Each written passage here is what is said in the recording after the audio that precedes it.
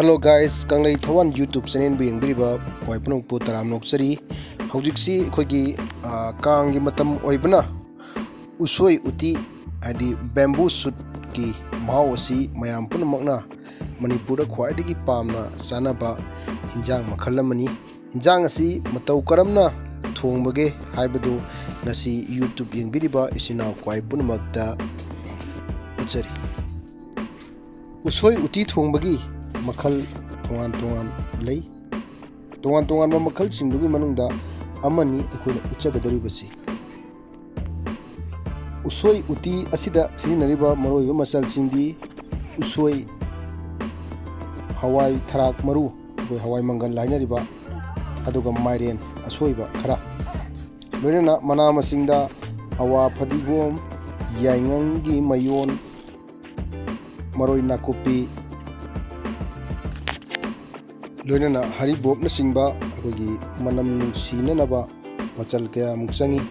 akoi hauji uti ji thonganabagi damakta maroi nakopi hawai thrak adigu usoi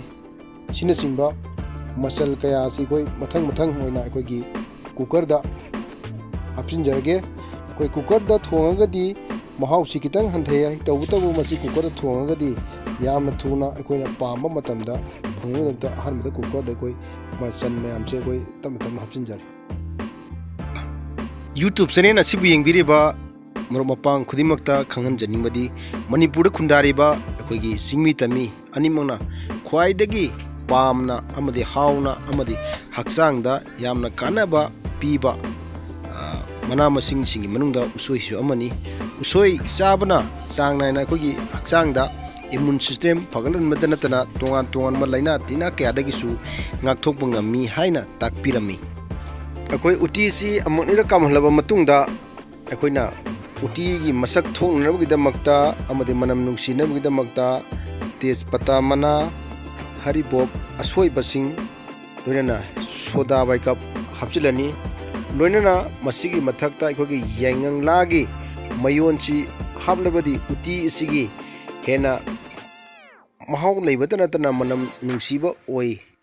haibagi damakta koina yagangla mayon chisu koina uti thongba asida hapchinjare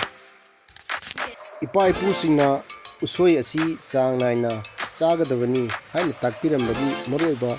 maram singdi hojik science ki matamna chawkhatna pagaloinana hena mayek singna pugum tawri usoi changnaina chabana cancer haina khanariba laina asi ngakthokpada achobo pabai oiri loinana hakchangi arumba hantanbada blood pressure gi level changnaina manun thambada aduga koigi hakchangi thibong chirin si taru tanana thambada su usoi gi kanaba yamna lairi masigi su mathakta akoina usoi isi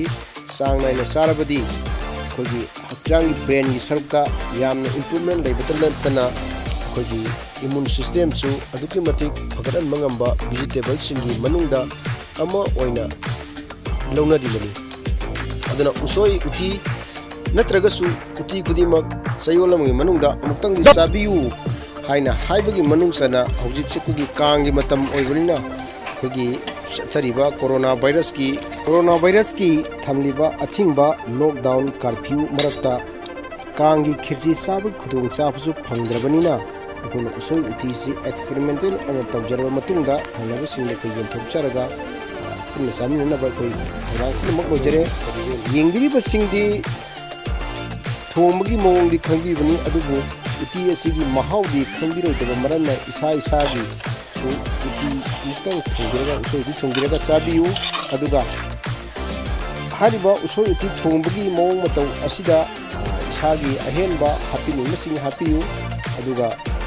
yengbibagi damaksu YouTube channel asigi maikadagi thagacha phongdokchari loinana like amadi subscribe nambasu kawbidanabagi damakta mayam punamakta amukka hanna khurumjari masigi nadi usoi uti gi mahau yemi